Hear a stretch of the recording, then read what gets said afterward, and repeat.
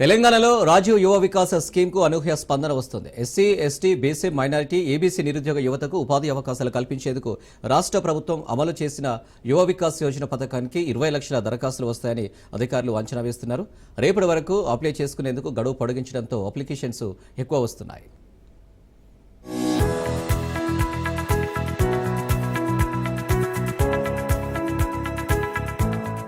ఇప్పటి వరకు రాష్ట్ర వ్యాప్తంగా అన్ని శాఖలకు కలిపి మొత్తం 9 లక్షల అప్లికేషన్లు వచ్చాయి. అయితే మొదట ఈ నెల 4 వరకే గడువు పెట్టారు. ఇప్పుడు ఈ నెల 14 వరకు గడువు పొడిగించడంతో అర్హులందరూ భారీగా అప్లికేషన్లు ఇస్తున్నారు. ఈ పథకానికి అప్లై చేసేందుకు మీ సేవా కేంద్రాలు, ఇంటర్నెట్ సెంటర్లకు లబ్ధిదారులు పోటెత్తుతున్నారు. అలాగే వీటితో A2 అప్లికేషన్ ప్రాసెస్ లో టెక్నికల్ ఇష్యూస్ తలెత్తుతున్న నేపథ్యంలో అభ్యర్థులకు ఎలాంటి ఇబ్బంది కలగకుండా టెక్నికల్ టీంలు వర్క్ చేస్తున్నాయి. దరఖాస్తుదారులు పెద్ద మొత్తంలో రావడంతో మొత్తం 20 లక్షల అప్లికేషన్లు వస్తాయని ప్రభుత్వం అంచనా వేస్తోంది.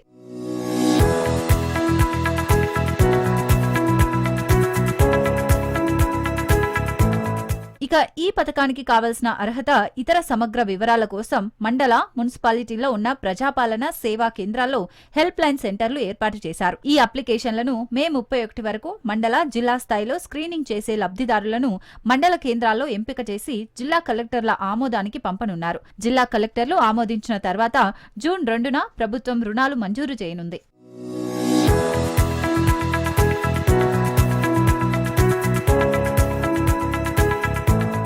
అప్లై చేసుకుంటున్న లబ్ధిదారులు అందరూ అప్లికేషన్లో తమకు ఉన్న బ్యాంక్ అకౌంట్ ఖాతా నెంబర్, బ్రాంచ్ వివరాలు ఖచ్చితంగా నమోదు చేయవలసి ఉంటుంది. అయితే ఈ స్కీమ్ కు బ్యాంక్ అధికారులు కన్సెంట్ లెటర్ ఇస్తేనే అర్హులుగా పరిగణిస్తారు.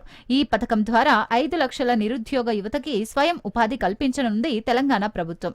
నిరుద్యోగ యువతకు 4 లక్షల ఆర్థిక సాయంతో పాటు సబ్సిడీలు, తక్కువ రుణాలు అందించే దిశగా ఈ పథకం ద్వారా పాటుపడుతుంది. స్వయం ఉపాధి పథకాల కోసం ఎదురు చూస్తున్న వారికి ఇది మంచి అవకాశమని చెప్పుకోవచ్చు.